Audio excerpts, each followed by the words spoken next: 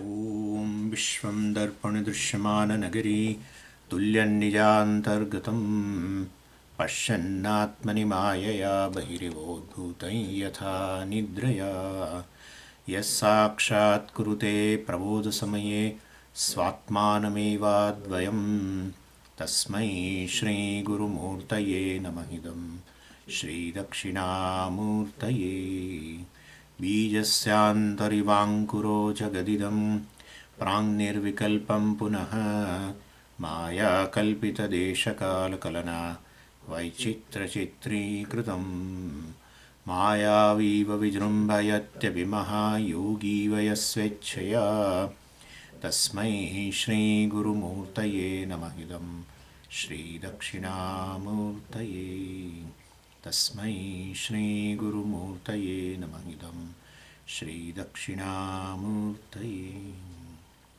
ॐ सहना भवतु सहनौ भुनक्तु सह वीर्यङ्करवावहै तेजस्विनावधीतमस्तु मा विद्विषावहै ॐ शान्तिः शान्तिः शान्तिः सदाशिवसमारम्भां शङ्कराचार्यमध्यमाम् अस्मदाचार्यपर्यन्तां वन्दे गुरुपरम्पराम् ॐ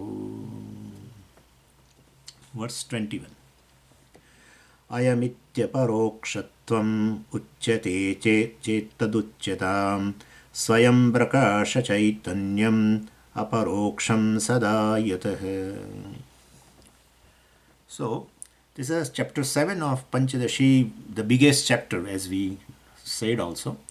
And this one chapter talks about Jivan Mukti. Vidyaranya just explains what is Jivan Mukti in 7 stages. I mean, the person's whole journey, spiritual journey, is in 7 steps.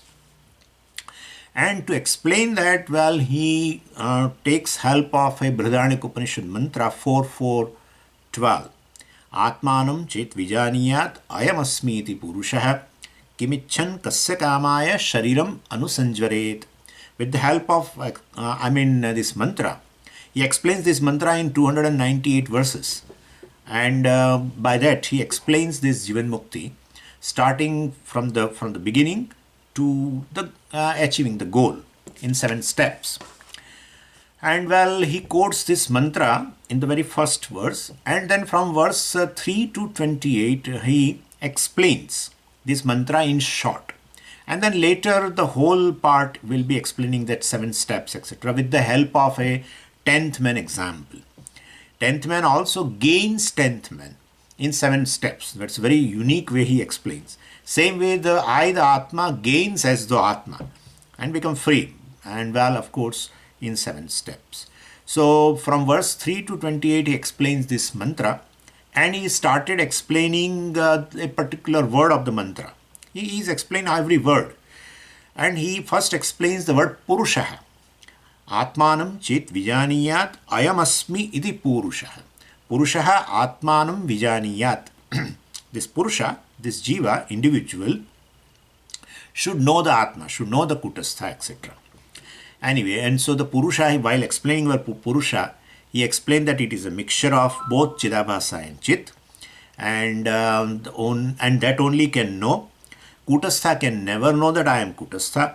Neither Chidabhasa independently can tell that I am Kutastha, because that's Adhyasa. Chidabhasa should say I am Chidabhasa.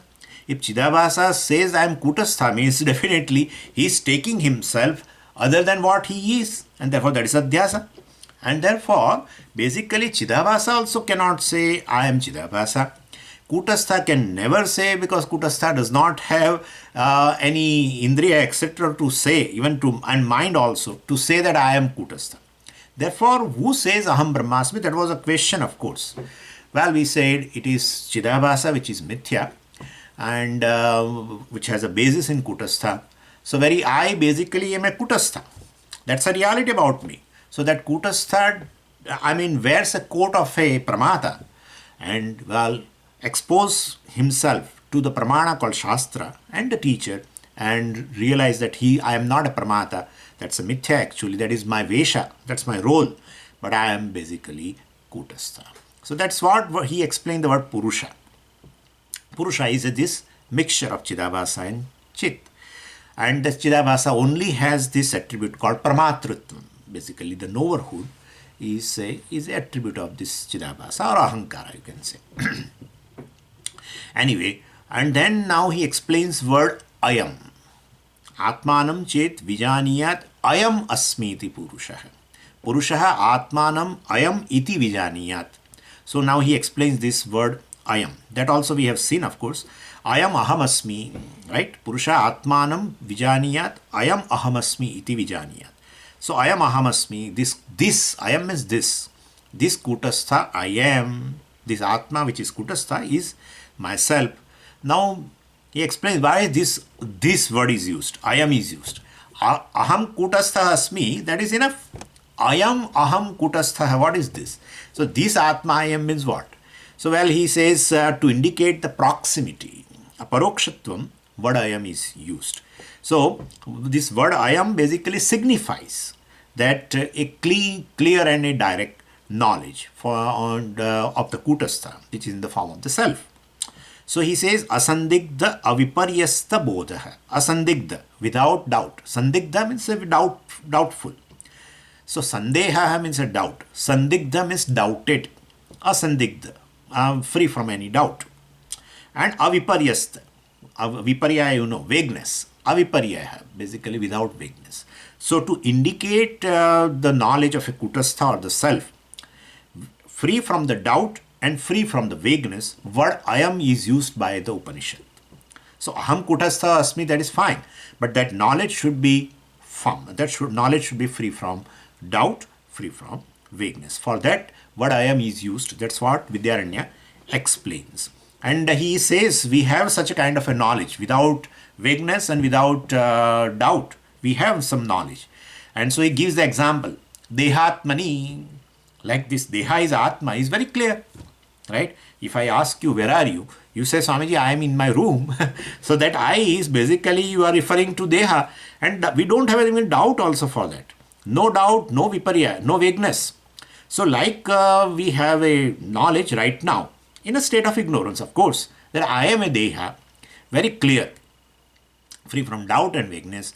Tadvat, he says, Tadvat, in the same way, while atra kutastha vishaye, while with respect to this kutastha also, nirnetum ayam iti abhidiyate. To reveal this idea that the knowledge of kutastha also should be free from the vagueness and doubt. Like right now I have a knowledge that I am a Deha, is free from the doubt and vagueness.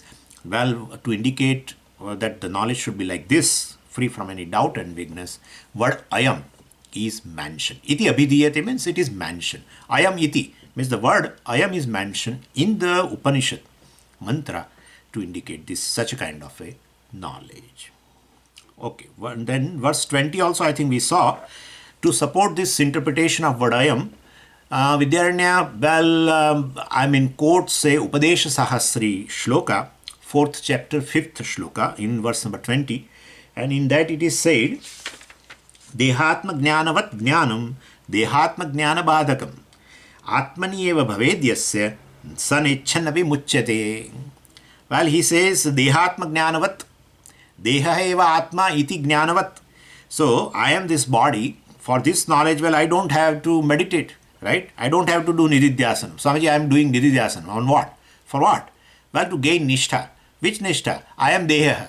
Oh, it is already you are nishtha. So, Dehatma jnanavat, I am the body. For this knowledge, you don't require any sadhana to perform any kind of a sadhana. I am father, mother, husband, etc. We have a very clear nishtha in this local biodata, right? And so, same way the spiritual biodata, I am Brahman or I am Kutastha, well, should be there. So, Nanta Pragnam, Na Bahish Pragnam, etc. That is a spiritual biodata of myself. Anyway, so Atmani eva, Dehatma Jnanavat, Atmani eva. Atmani eva means Atma Vishay Saptami. So, with respect to this Atma, with respect to this Kutastha, I should have a same knowledge. So, Dehatma Jnanavat, Atmani eva. So, like I am the body, etc., that knowledge is so clear. I am having a nishtha in that. Same way, Atmani, with respect to Kutastha also, Yasya Bhavet, one who gains this kind of a knowledge that I am Kutastha, free from doubt and vagueness, etc., But then the question was, asked, should we have both the kind of knowledge or not? Like I am Deha also is a knowledge, and I am Kutasa. Both let both be there. What is the problem if why do you want to negate one? I am Deha is basically Dehatma Jnana Badakam. Atmani eva Jnanam Dehatma Jnana Badakam. So Atma Vishaya Jnanam, basically I am the Kutastha, that knowledge, Dehatma Jnana Badakam, which will negate Dehatma Jnanam. Deha eva Atma. Why should you negate? Because anyway, Jnani is also going to tell I am Jnani, I am eating, I am teacher, I am this, that. So let it be there. All this he refers to with the help of, with respect to his body. So let that be there. As well as now spiritual biodata also you can add that I am Brahman, I am Kutastha. Let both be there. No. Why? Because one is a Deha eva Atma, that kind of a knowledge. Other is a Dehi eva Atma. That's the difference. Deha eva Atma, this body is myself. Another Jnanam is the indweller of the body, the consciousness is myself. And that cannot go together. One of that is correct. Deha eva Atma and Dehi eva Atma, these two are poles apart.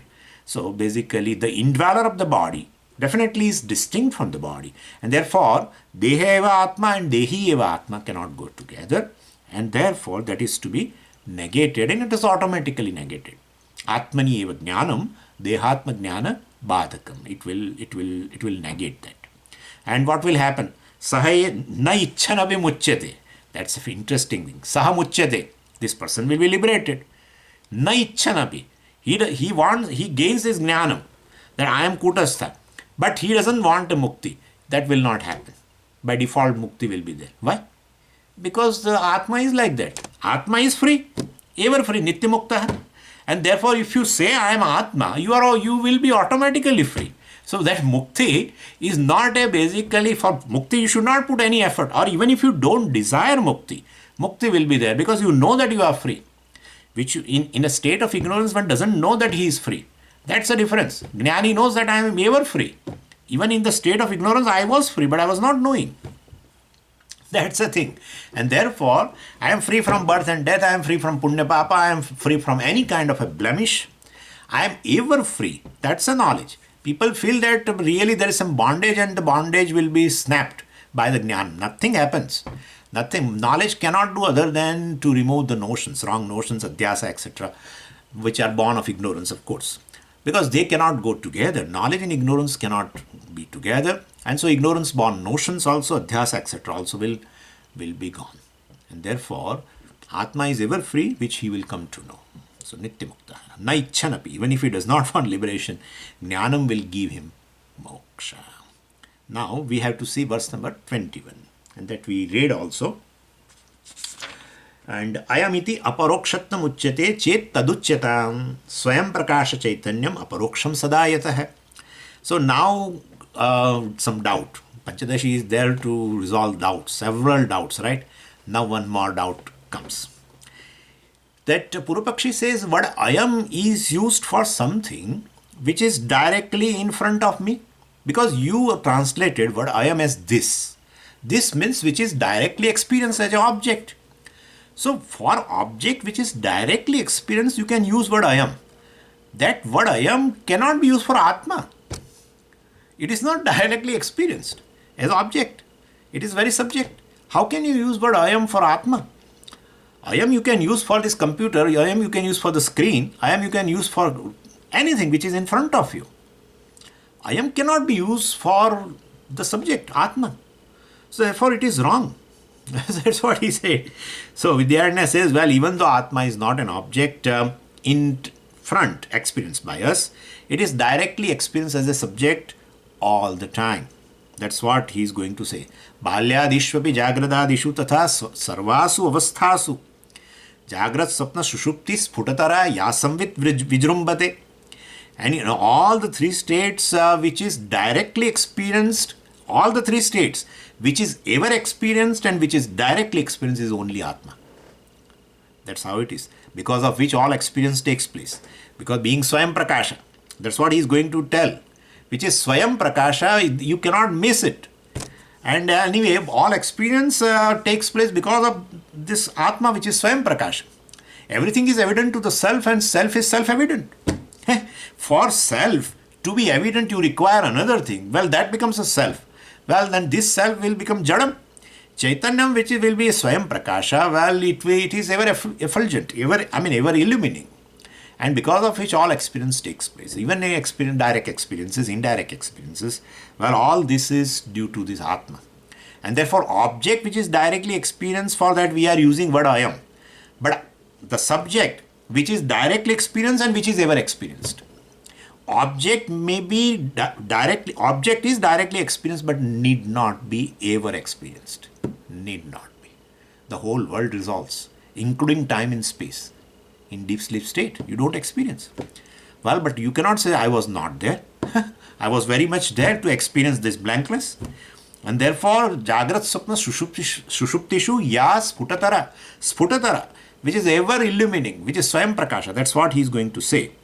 So Purvapakshi says, I am iti. When iti comes, before that whatever is there, that's a quote. So I am iti means by the word this I am, aparokshatnam uchyate. Purvapakshi says, aparokshatnam here means which is a direct experience of an object which is in front, that is indicated by the word I am. How can you use this word I am for this kutastha, which is subject? Iti chet. Vidyaranya says, if that is your question, well, taduchyata.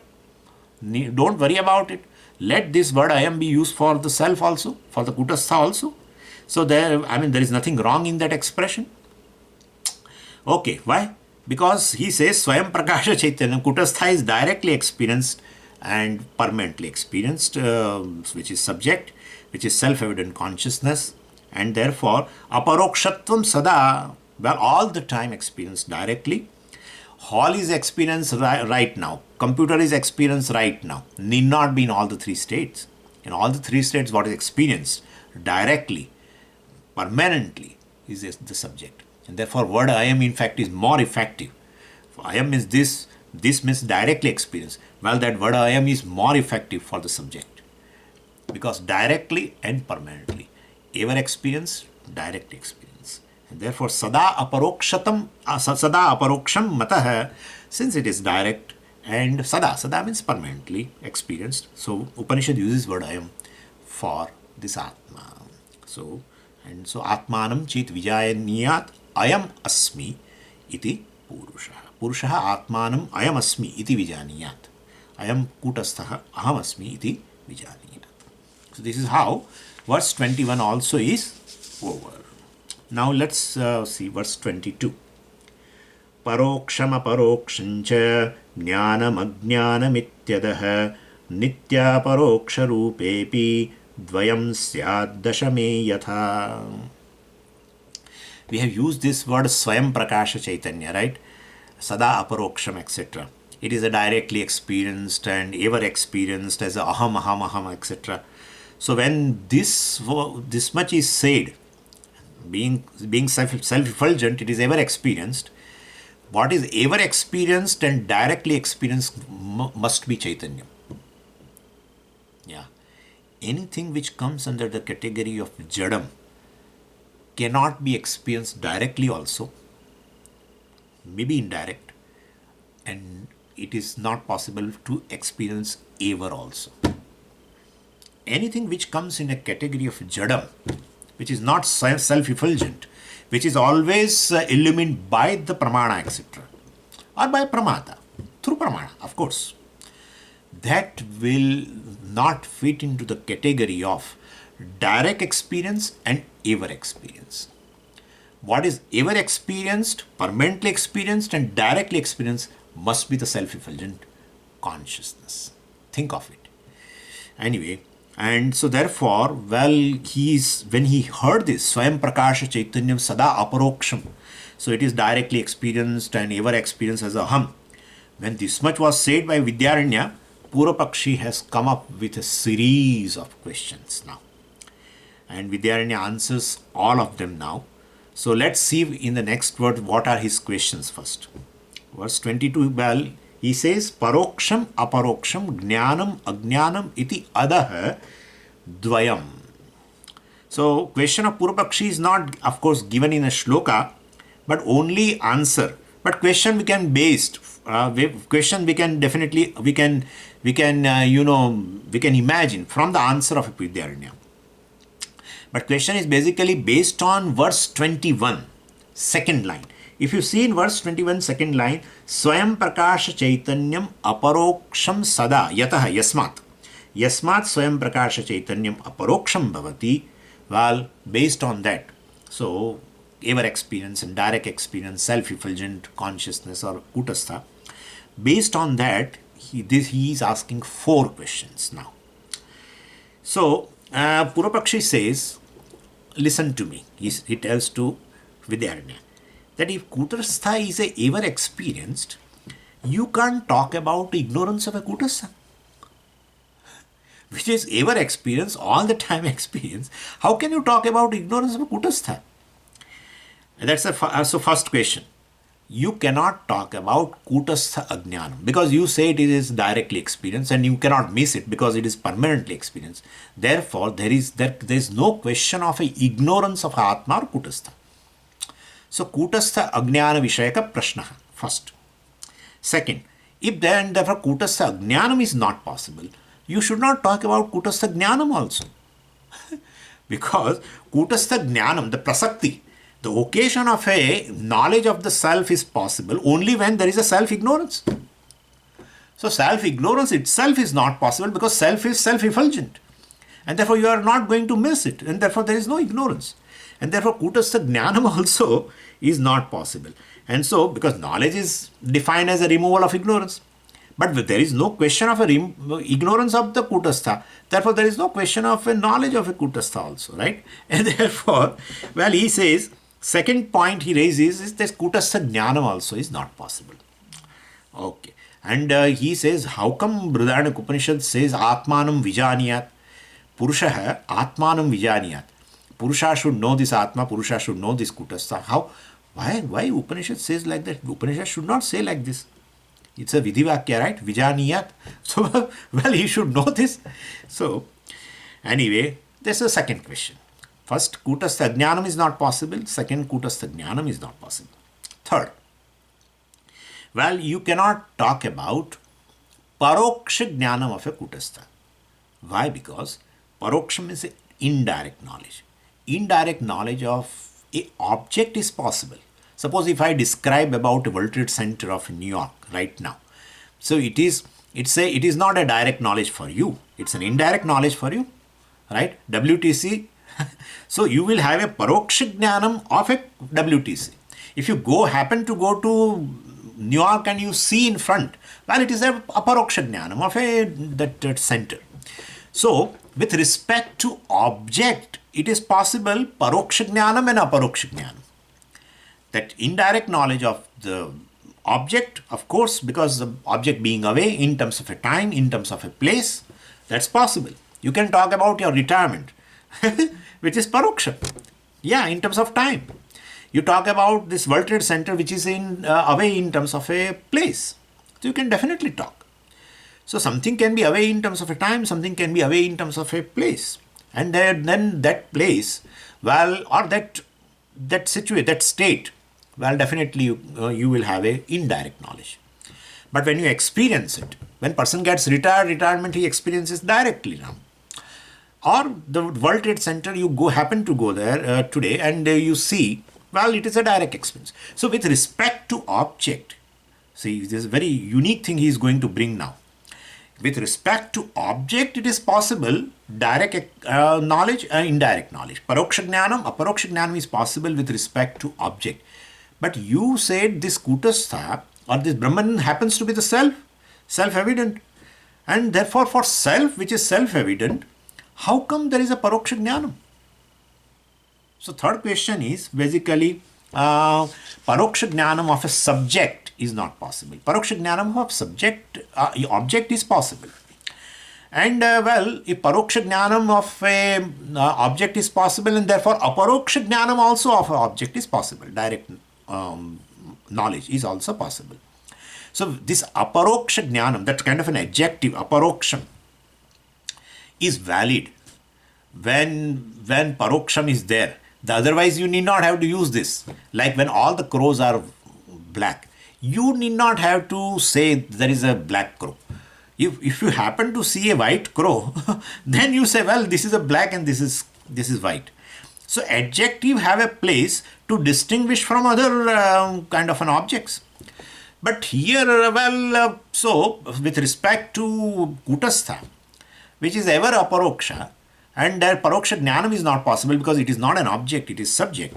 And therefore, we should not use with respect to Kutastha jnanam, we should not say aparoksha Kutastha jnanam and paroksha Kutastha jnanam. Such kind of thing are not possible. So total four questions are there. First is, as I said you, ajnanam of Kutastha is not possible. Second is, you cannot talk about the jnanam of Kutastha. Third thing is, you cannot talk about a paroksha jnanam of Kutastha. And of course, you cannot talk about a paroksha jnanam of a Kutastha. You need not talk about a paroksha jnanam because the paroksha jnanam of Kutastha is not possible. And therefore, you need not have to go further and say, well, aparoksha jnanam of a Kutastha, because that adjective will not serve any purpose to distinguish, because there is nothing called paroksha jnanam of Kutastha. If there is a paroksha jnanam of Kutastha, if that is possible, you should also talk about aparoksha jnanam of Kutastha. But that itself is not possible. Why it is not possible? Because it's subject. Paroksha jnanam means indirect. Indirect means, it must be an object, it must be away in terms of a time, in terms of a place. Well, it is in form of a subject, Kutastha. And therefore, how paroksha jnanam is possible? And therefore, paroksha jnanam is not possible. Therefore, aparoksha jnanam also you should not say. That's what. So, ajnanam, jnanam, paroksham, aparoksham. Clear? So, how come Brihadaranyaka Upanishad, he says, how come Brihadaranyaka Upanishad, says one should get aparoksha jnanam? Ayam ahamasmi. Why should they say ayam? Ayam means this. This means to indicate aparokshatvam, etc. And that is not required at all. We don't know why Upanishad says like this. So, one should gain aparoksha jnanam of Kutastha as ayam ahamasmi, etc. That is not possible. We don't accept your introduction at all. Like that. So, I don't know what you are going to teach in this chapter. Anyway, so Vidyaranya says all four are possible. There is ajnanam of Kutastha. And therefore, there is a prasakti. There is an occasion of a Kutastha jnanam. And there is a paroksha jnanam of Kutastha. And therefore, there is a prasakti, occasion of a aparoksha jnanam of Kutastha. All four are possible. So, he's showing in pair. Paroksham aparoksham cha. Jnanam ajnanam. Iti adaha dvayam. Dvayam means a pair. Adaha. There is a word adas. It's a sarvanama. Adas means that actually, but we'll take here this because it is there in the shloka. So adaha, so it's a napumsakalinga actually here, adaha. Adaha, adasi, adamsi, etc. That kind of forms are there. So anyway, so adaha means that, but we'll take it here. Means these pairs are there. Dvayam. Dvayam is a pair. So jnanam, ignorance as well as knowledge. Knowledge of what? Kutastha. So that's the first pair. Paroksham, aparoksham. The second pair. These pairs are possible, he says. Syat. Syat means this is possible. With respect to what? Nitya aparoksha rupe kutasthe. So with respect to this Vishaya Saptami again, Kutastha Vishaya. What kind of a Kutastha? Kutastha Vishaya, always you should translate this Vishaya Saptami, because Saptami generally indicates adhikaranam, place or time. But here this is a Vishaya Saptami. There are 3, 4, maybe more than that Saptamis are there. Different. First is to indicate a place you use a Saptami. Then to indicate a time, in the morning you say, right? In the morning. So that is a Kaladhikaranam we call. So time itself becomes a Adhikaranam. And for that, to indicate the time, we use a Saptami. The third is a Vishaya Saptami. And the translation will be with regards to, with respect to, or in the subject matter of. So, Kutasthe is a Saptami, Rame. So, Kutastha Vishaye, with regards to Kutastha, or in the subject matter of the Kutastha. What kind of a Kutastha? Nitya Aparoksha Rupe. So, with respect to this Kutastha, which is Nitya Aparoksha Rupa, which is direct and which is permanently in the form of a subject. So, well, with respect to this Kutastha Chaitanya, which is ever experienced as a directly as a subject, well, this Paroksham, Aparoksham are possible. Even though it is a Nitya Paroksha, still Paroksha Jnanam and Aparoksha Jnanam of Kutastha is there. And with respect to, you are saying it is Nitya Paroksha, which is in the form of a subject, which is self-evident. Which is self-evident, how can you have ignorance of that? Eh? How can you have ignorance of something which is self-evident? It's ridiculous. What is self-evident means it is all the time saying I am, and you are saying there is a jnanam of this kutas. How it is? We don't accept it. So he says it is possible. Ajnanam jnanam paroksham aparoksham with respect to this nitya paroksha kutasa is possible. You should not talk like this. Give an example. He says yatha dashame. Yatha dashame. As in the case of a 10th man. Habba. I have to make a story now. And so, well-known story, as if you don't know, and I will have to make a story now. Anyway, let's read number 23. Navasankhyahrita dashamo vibhramat tada navetti dashamosmiti vikshamaano pitannava. Let us first read this story.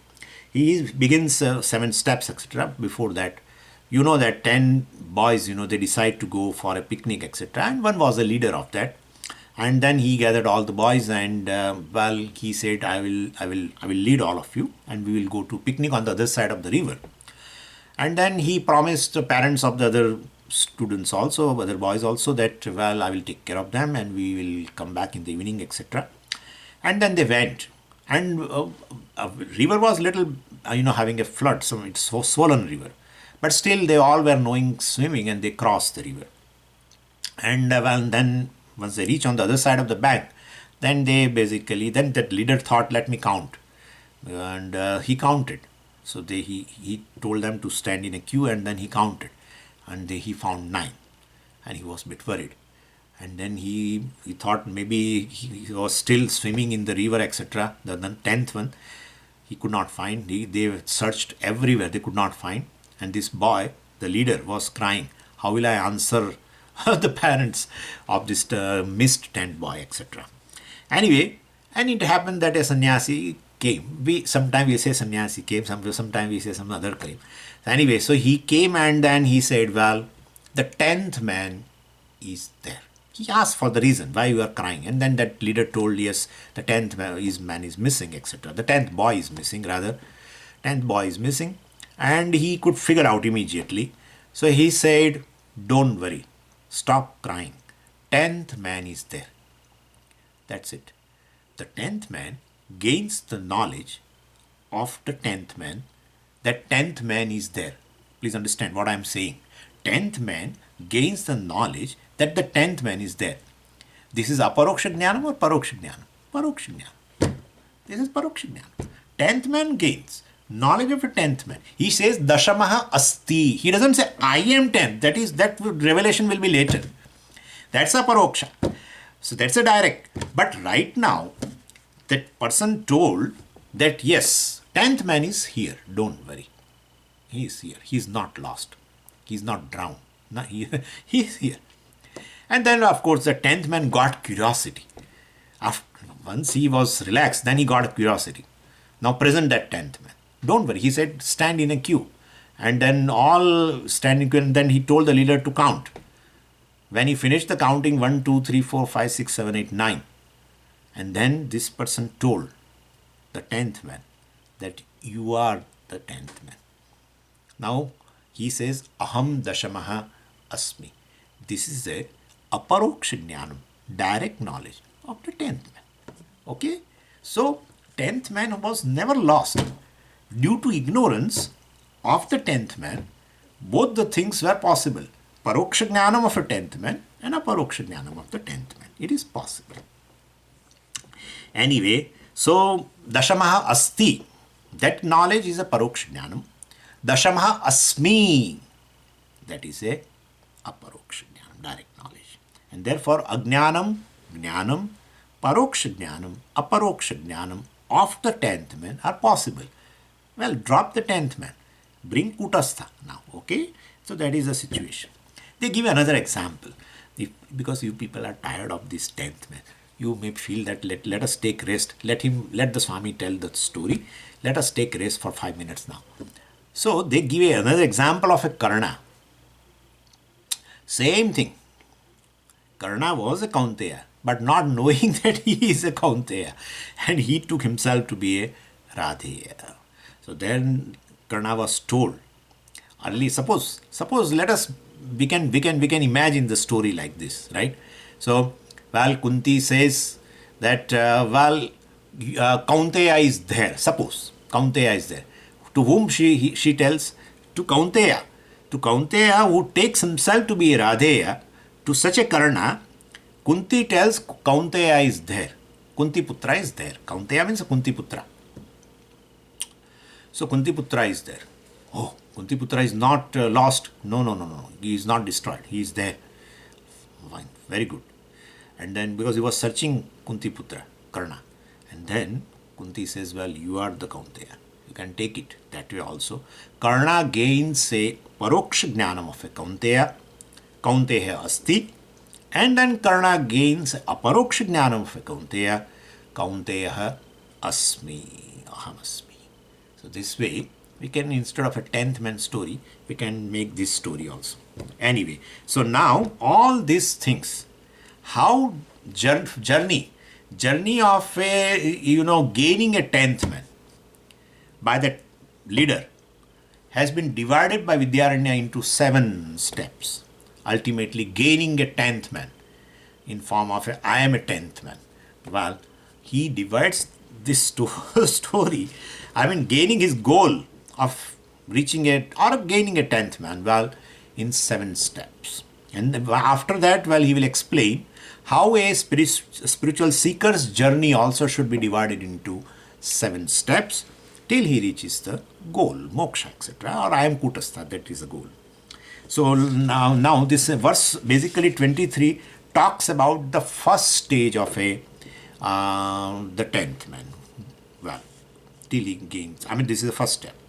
What he says, Navasankhya ahruta jnanaha dashamaha. Navasankhya ahruta jnanaha. Hru dhatu means to carry, to take away. Ahrutam means as if it has been taken away. So Navasankhya ahruta jnanaha. Basically, this one jnanaha means here buddhi. One whose buddhi is carried away in counting of 9. Navasankhya dashamaha.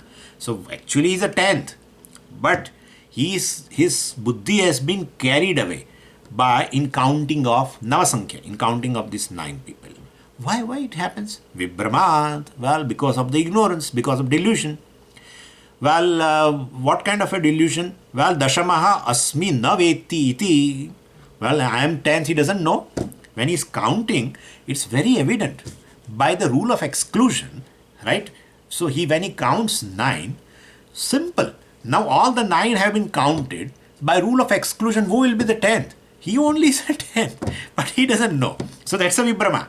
So basically, dashamaha asmi iti naveti. I am the 10th man. He doesn't know. Tada means brahmakale. At that time, well, due to illusion, vikshamanopi tannava. He clarifies further. Vikshamano. So vikshamana means even though the 10th man is very, very evident, so he clearly says in that 9 have been counted. So he should count himself as a 10th. So therefore vikshamanopi. So even though it is very clear that he is a 10th one, well, but he doesn't count somehow himself. Because of absorption in the 9, well, he doesn't know. Because of this extrovertedness. Yeah, that's the thing. Extrovertedness. He doesn't look, he is not introvert. And therefore, if he is extrovert, and therefore he doesn't count himself. A lot of things he is going to tell. Okay, this story, the story of a 10th man, you will come to know here that it is not an ordinary story. It is really not an ordinary story. We make it an ordinary because we have listened several times, but he is going to bring out several facets. You can imagine from this story 7 steps, and they are exactly matching a journey of a spiritual seeker till he reaches moksha. So very beautifully brings out. Anyway, so verse 23 is the first stage. That Dashamaha, please, take a note of it. Dashamaha asmi naveti. I am 10th man, he doesn't know. Which is called, the first step is called Ajnanam. What is the second step? We'll see. Nabhati, Nabhati nasti dashamaha iti svam dashamam tada matva vakti tadajnana kritam avaranam viduhu. Now first step he is called Ajnanam, second stage is called Avaranam. Difference is when your ignorance is expressed, that is called Avaranam. So a person refers to the object of ignorance. He doesn't know that is a fact, but he says, I don't know. That's Avaranam. Could you follow? He doesn't know means Ajnanam is there, but he says, yes, I don't know. Like, they give example. Suppose 1000 years ago, nobody, I think in India was knowing that there is a country called China and there is a Chinese language. 1000 years ago. So there was ignorance of a China and Chinese language. That is there. But now you say, well, I don't know Chinese language. Could you follow what I am saying? Earlier also you were not knowing. 1000 years ago, whoever were there, our all forefathers, they were also not knowing. But they did not say that we are not knowing. Now you know that there is a language called Chinese language is there, and now you say, I don't know Chinese language. So your ignorance of a Chinese language you express. For earlier you were not knowing such a language called Chinese language is there. That itself was not there, and therefore that kind of a knowledge was not there. And so you are not saying that I don't know Chinese language. So it's a jnana. But when you say now, well, that I don't know Chinese language, that's called Avaranam. It's a Ajnana Karyam, basically. Born of Ajnana. Ajnanam has a two Shakti. Avarana Shakti and Vikshep Shakti. Vikshep Shakti, we will talk it as a third step. But here, Avaranam, the second step. Anyway, so experienced Chinese ignorance is called Avaranam. We can say that way. So I talk about language and its unknown condition, right? So then that is called Avaranam. So same way here, the 10th man says, I miss 10th man, etc. I don't experience 10th man in front of me, etc. So that is called Avaranam.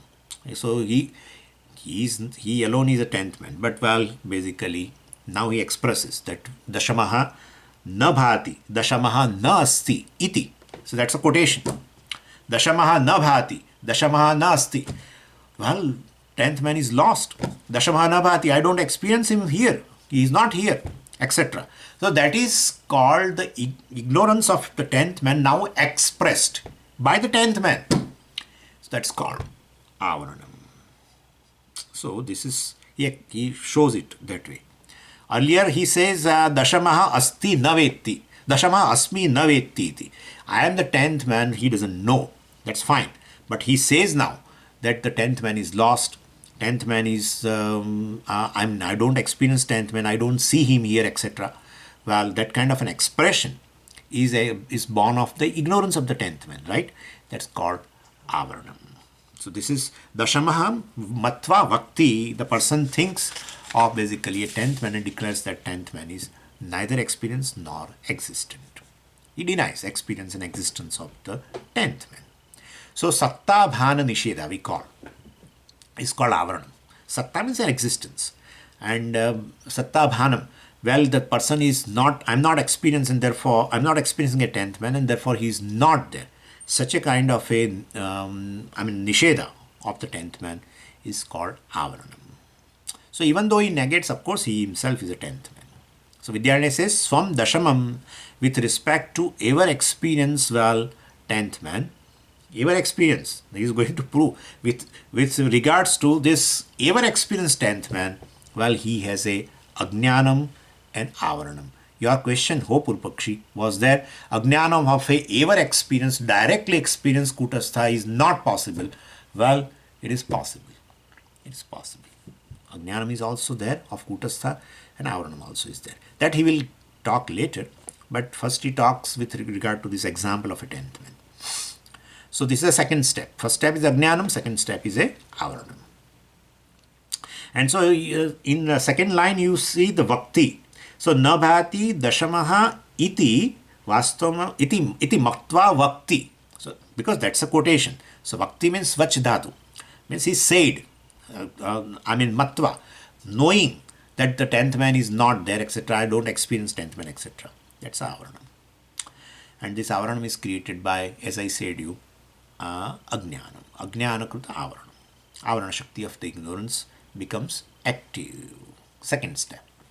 Then the Vikshepa Shakti becomes active. The third step. He says in verse number 25. Nadyam mamara dashamaha iti shochan praroditi Ajnanakrita vikshepam rodanadim vidurbudha. I think this part we'll see it on Wednesday. Om Purnamadav Purnamidam Purnat Purnamudachyate Purnasya Purnamadaya Purnamevavashishyate. Om Shanti Shanti Shanti. Hari Om Shri Gurubhyo Namaha. Hari Om.